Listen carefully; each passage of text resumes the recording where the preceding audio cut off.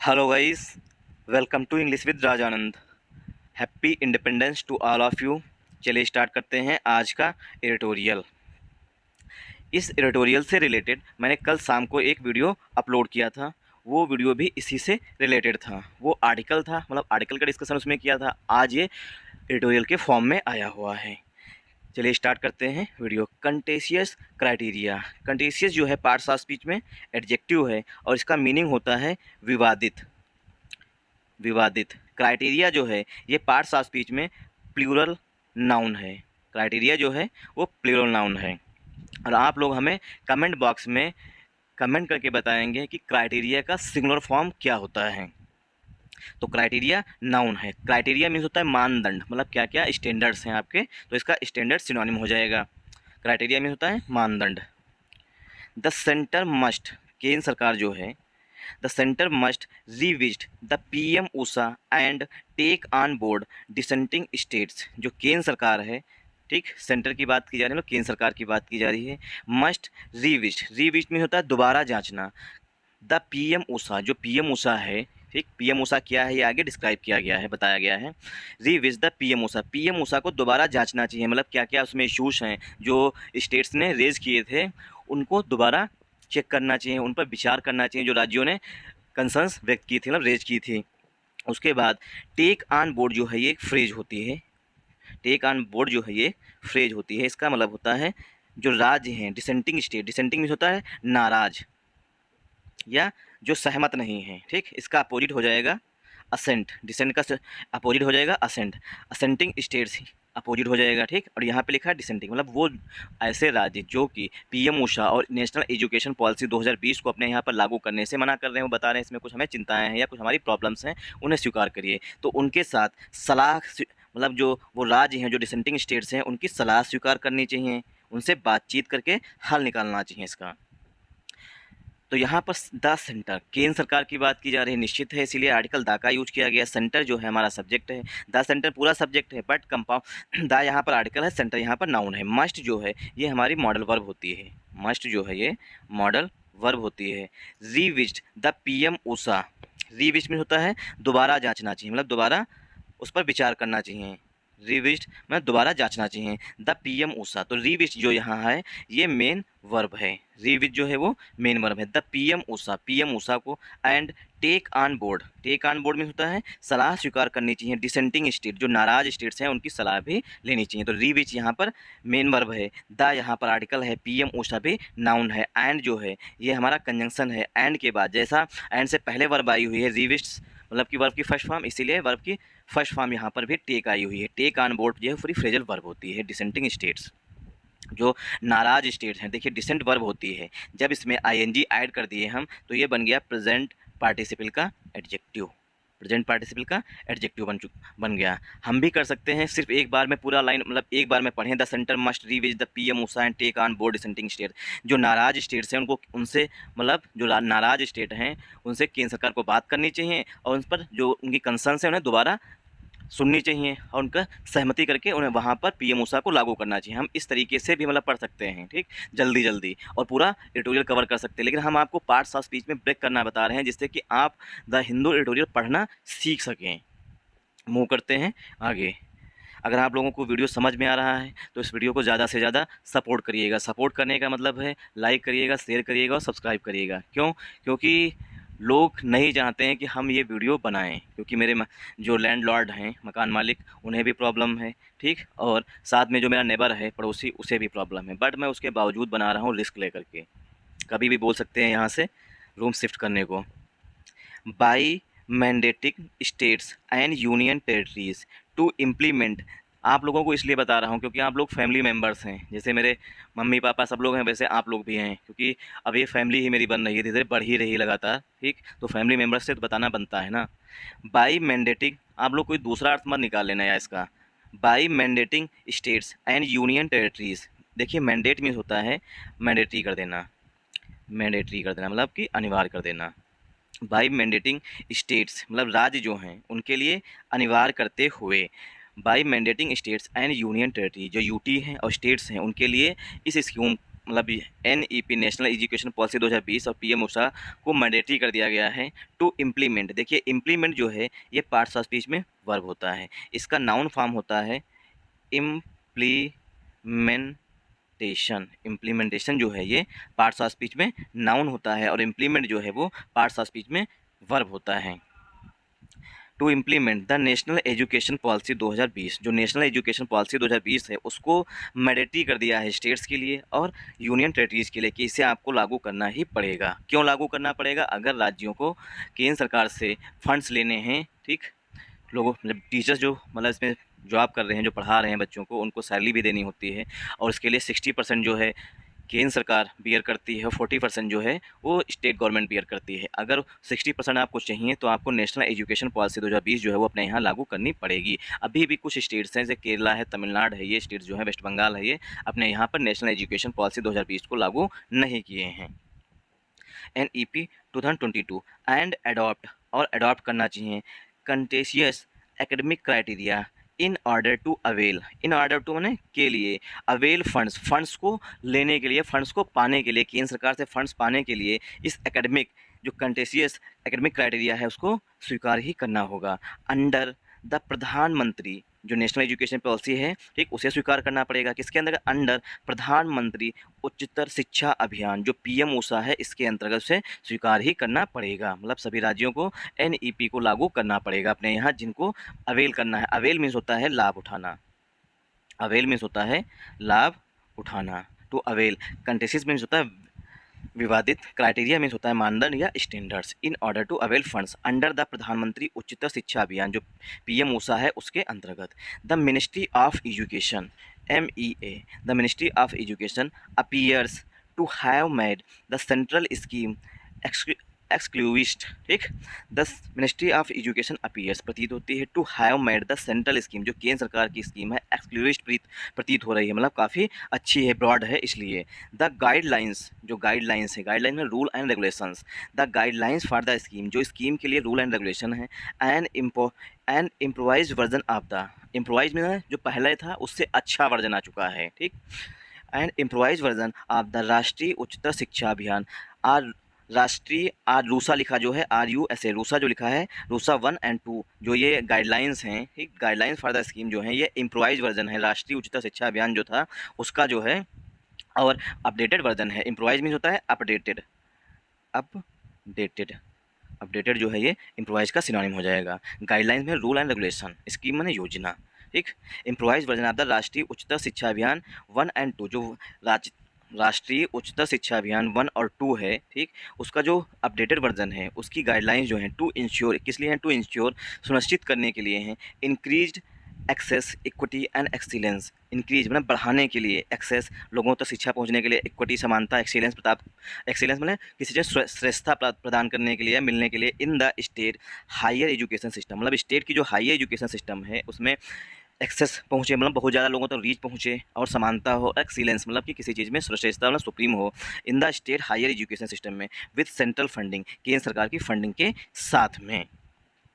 वर देखिए, अब देखेंगे हम वर जो है ये हेल्पिंग वर्ब आ रही है, ये हेल्पिंग वर्ब जो है वो गाइडलाइंस के लिए आ रहा है, गाइडलाइंस के लिए आ रही है। क्यों? क्योंकि फार जो है वो पहले, फार जो है हमारा पहला प्रीपोजिशन है। ग्रामर का ये रूल होता है कि पहले प्रीपोजिशन के पहले आने वाले नाउन या प्रोनाउन के अनुसार ही हेल्पिंग वर्ब या मेन वर्ब का यूज किया जाता है। तो यहाँ पर जो गाइडलाइंस है प्लूरल है, इसीलिए यहाँ पर हेल्पिंग वर्ब भी प्लूरल फॉर्म में आई हुई है, ठीक। वर गाइडलाइंस वर रिलीज्ड, जो गाइडलाइंस हैं वो जारी की गई थी। रिलीज में होता है जारी होना, जारी करना, जारी करना। वर रिलीज, अब वर के बाद इज एम वाज वर्ब के बाद वर्ब की थर्ड फॉर्म आई हुई है, मतलब सेंटेंस जो है वो पसिव वॉइस में लिखा गया है, सेंटेंस जो है वो पसिव वॉइस में लिखा गया है। इन जून, जून के महीने में जो है गाइडलाइंस जो है वो जारी की गई थी, ठीक। इसमें देखेंगे grammar, the guidelines for the scheme and important. अब ये देखिए हमारा सब्जेक्ट हो गया, इसकी विशेषता बताइए। गाइडलाइंस जो है स्कीम के लिए, मतलब जो रूल एंड रेगुलेशन है स्कीम के लिए, एंड इम्प्रोवाइज वर्जन, अब बताया गया है स्कीम की विशेषता बताई गई है। जो गाइडलाइन मतलब स्कीम जो है वो इम्प्रोवाइज वर्जन है, मतलब कि अपडेटेड वर्जन है, राष्ट्रीय उच्चतर शिक्षा अभियान 1 और 2 का अपडेटेड वर्जन है। टू इंश्योर, किस लिए ये किया जा रहा है? इंक्रीज्ड, अब इंश्योर देखिए इंक्रीज्ड एक्सेस, अब देखिए इंक्रीज जो है वो एक्सेस के लिए और इक्विटी के लिए और एक्सीलेंस के लिए पास्ट पार्टिसिपल का एडजेक्टिव है। In the state higher education system, state higher education system, state की जो हाई एजुकेशन सिस्टम है उसके लिए विद सेंट्रल फंडिंग के साथ में गाइडलाइंस के लिए जो मेन वर्ब, हेल्पिंग वर्ब जो है वो है, जो मेन वर्ब है वो रिलीज है। गाइडलाइंस जून के महीने में जारी की गई थी। ओनली केवल 22 स्टेट्स एंड यूनियन टेरिटरीज, केवल 22 राज्य और यूटीज़ हैं, have join the PM USHAs. 22 state और यूटीज़ हैं जिन्होंने पीएम ऊषा को ज्वाइन किया है, मतलब कि साइन किया है, मतलब पीएम ऊषा जो स्कीम है उस पर दस्तखत किए हैं। ऐसे सिर्फ 22 स्टेट्स ही हैं। Only 22 states and union territory, मतलब 22 जो हैं उसमें स्टेट्स भी हैं और यूटीज़ भी हैं। हैव ज्वाइंड, हैव आया हुआ, हैव के बाद वर्ब की थर्ड फॉर्म आई हुई है। सेंटेंस जो है वो प्रेजेंट परफेक्ट टेंस में लिखा गया है। Have joined the PM Usha, केवल 22 स्टेट और यूटीज़ हैं जिन्होंने पीएम ऊषा को ज्वाइन किया है। Which requires a memorandum of understanding, which requires, which माने विच जो है वो रिलेटिव प्रोनाउन है पीएम ऊषा के लिए, विच जो है वो रिलेटिव प्रोनाउन है पीएम ऊषा के लिए। विच रिक्वायर्स, रिक्वायर्स मीन्स आवश्यकता है पीएम ऊषा को। विच requires a memorandum of understanding, जो पीएम ऊषा है उसमें रिक्वायर्स होती है, मतलब आवश्यकता होती है एक MOU की, मेमोरेंडम ऑफ अंडरस्टैंडिंग की, टू बी साइन की। मेमोरेंडम ऑफ अंडरस्टैंडिंग जो है राज्य और केंद्र सरकार का जो मंत्रालय है, मिनिस्ट्री ऑफ एजुकेशन, उसके बीच में साइन किया जाना चाहिए एक MOU। उसके बाद ही राज्यों को पैसा, मतलब कि फंडिंग मिलेगी। टू बी साइन, उसे साइन किया जाना चाहिए। बिटवीन, बिटवीन माने के बीच में, द स्टेट, स्टेट के बीच में, and the department of higher education, मतलब कि भारत सरकार का जो यूनियन एजुकेशन मिनिस्ट्री है उसके बीच में और राज्य का जो डिपार्टमेंट ऑफ हायर एजुकेशन है उसके बीच में साइन किया जाना चाहिए। मतलब MOU को राज्यों को साइन किया जाना चाहिए अगर उन्हें अवेल करना है, मतलब धन लेना है, फंड्स लेने हैं। कहाँ से? केंद्र सरकार से। वेस्ट बंगाल, तमिलनाडु एंड केरला, वेस्ट बंगाल, तमिलनाडु और केरला हैं, आर अमंग 14 स्टेट्स, वो 14 राज्यों में से हैं, ठीक। एंड यूनियन टेरिटरीज, अब वो 14 राज्य कौन हैं जिन्होंने ज्वाइन नहीं किया है, उनमें से ये हैं वेस्ट बंगाल, तमिलनाडु और केरला जो हैं, जिन जो स्टेट हैं जो उन्होंने ज्वाइन नहीं किया है। And union territories which have refuse, which जो है, ठीक, विच जो है वो 14 स्टेट्स और यूनियन टेरिटरीज के लिए आ रहा है relative pronoun. Which have refuse, जो ये 14 स्टेट और यूनियन टेरिटरीज हैं उनमें से केरला, वेस्ट बंगाल, तमिलनाडु भी हैं, ठीक, जिन्होंने मना कर दिया है। रिफ्यूज मीन होता है मना कर देना, रिफ्यूज का सिनोनिम होता है डिनाई, डिनाई माने खंडन करना, मतलब मना कर देना।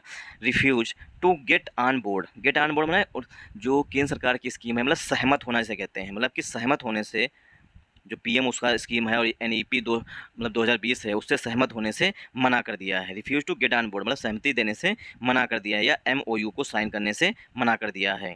वेस्ट बंगाल, तमिलनाडु एंड केरला है, इसीलिए जो यहाँ पर मेन वर्ब है, जब सब्जेक्ट में जब एक सेंटेंस में एक ही हेल्पिंग वर्ब होती है, ठीक, तो वही मेन वर्ब कहलाती है। तो यहाँ पर आर जो है वो मेन वर्ब है, अमंग प्रीपोजिशन है, 14 लगा है। एडजेक्टिव है, स्टेट्स जो है वो नाउन है, यूनियन टेरिटरीज के लिए भी एडजेक्टिव 14 है, 14 ही है। विच जो है वो रिलेटिव प्रोनाउन आया हुआ है 14 स्टेट और यूनियन टेरिटरीज के लिए। यूनियन टेरिटरीज और 14 स्टेट लिखा हुआ है, इसीलिए रिलेटिव प्रोनाउन के बाद जो वर्ब आएगी, मतलब हेल्पिंग वर्ब जो आएगी वो भी प्लूरल फॉर्म में आएगी, क्योंकि रिलेटिव प्रोनाउन से पहले जो नाउन आया है वो भी प्लूरल है, इसीलिए प्लूरल हेल्पिंग वर्ब आई हुई है। विच हैव रिफ्यूज, जो यूनियन टेरिटरीज हैं और स्टेट्स हैं उन्होंने मना कर दिया था, किस लिए? टू गेट ऑन बोर्ड, सहमति देने से या जो MOU है उसे साइन करने से। अपार्ट फ्राम, अपार्ट फ्राम माने होता कोई छोड़कर। Apart from embracing the NEP 2020, जो NEP नेशनल एजुकेशन पॉलिसी 2020 है उसको गले लगाना। एम्ब्रेस में होता गले लगाना या स्वीकार करना, गले लगाना या स्वीकार करना, इसे कहते हैं एक्सेप्ट करना, इसका सिनोनिम हो जाएगा। रिजेक्ट करना इसका एंटोनिम हो जाएगा।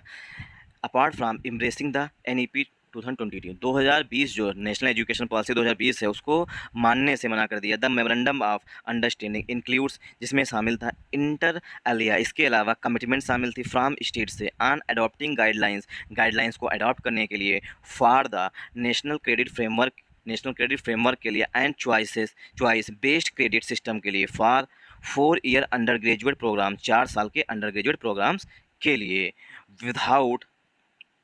Without agreeing to these conditions, बिना, देखिए विदाउट एग्रीइंग मतलब बिना सहमति के, दीज कंडीशन जो कंडीशंस रखी हैं केंद्र सरकार ने, states can not avail, states जो हैं वो अवेल नहीं कर सकते हैं, अवेल में लाभ नहीं उठा सकते हैं, of a share in the funds, जो फंड में उनकी हिस्सेदारी है, मतलब जो कोष है केंद्र सरकार राज्यों को देती है उसका लाभ राज्य नहीं उठा सकते हैं। एंड आउटले, एक आउटले मतलब होता है कि किसी विषय, जैसे जब बजट पेश होता है केंद्र सरकार जब बजट पेश करती है तो वो बताती है कि रेलवे के लिए 20,000 करोड़ रुपये रखे हैं, एजुकेशन के लिए 10,000 करोड़ रखे हैं, इंफ्रास्ट्रक्चर के लिए 80,000 करोड़ रखे हैं। तो क्या ये आउटले मतलब कि बांट देना, एक पैसा मतलब कि 1 रुपया है तो 1 रुपये में बता दिया गया कि 25 पैसे हम एजुकेशन पे ख़त्म करेंगे, 25 रेलवे पे, 50 जो बचा है वो हम अन्य चीज़ों पर खर्च करेंगे। तो इसे बोलते हैं आउटले। ठीक, ये एक टर्म है।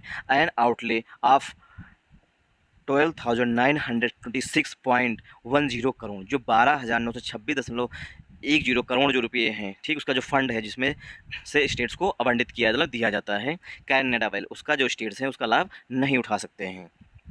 Crore between 2023 and 4 and 2025 and 26, मतलब 2023-2024 के बीच में और 2025-26 के बीच में जो 12,926.10 करोड़ रुपये जो केंद्र सरकार को राज्यों को देना था, उसका जो है स्टेट जो साइन नहीं करेंगे NEP 2020 को, उनको लाभ नहीं मिलेगा, वो लाभ उठा नहीं सकते हैं।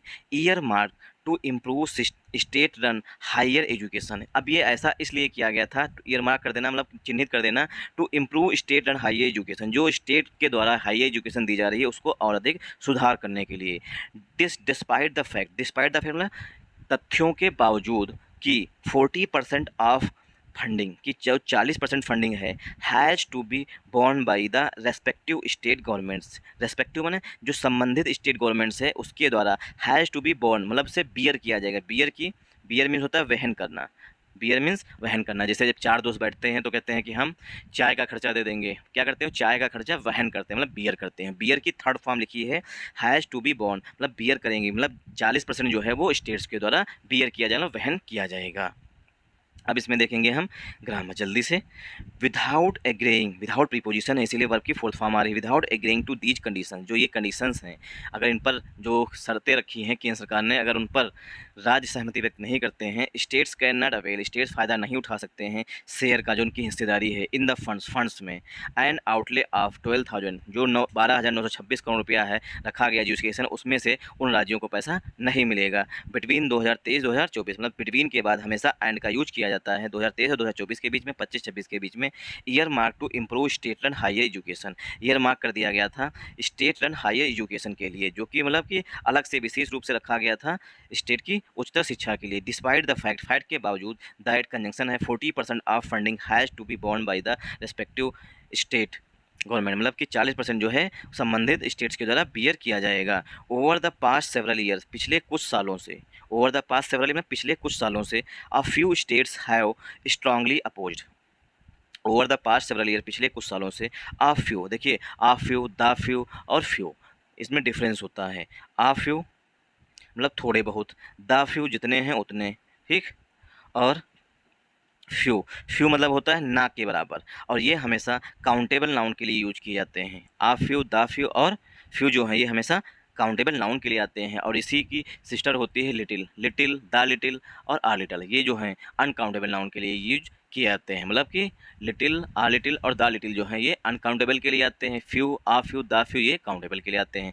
स्टेट्स को काउंट किया जाता है इसलिए यहाँ पर आ फ्यू लिखा है। आ फ्यू स्टेट्स मतलब थोड़े बहुत, a few states have strongly oppose, मतलब मजबूती से अपोज किया था, अपोज मैंने विरोध करना, मतलब जोरदार तरीके से विरोध किया था NEP 2020, जो नेशनल एजुकेशन पॉलिसी 2020 है उसका मजबूती से विरोध किया था। ऐसे कुछ स्टेट्स हैं। बोथ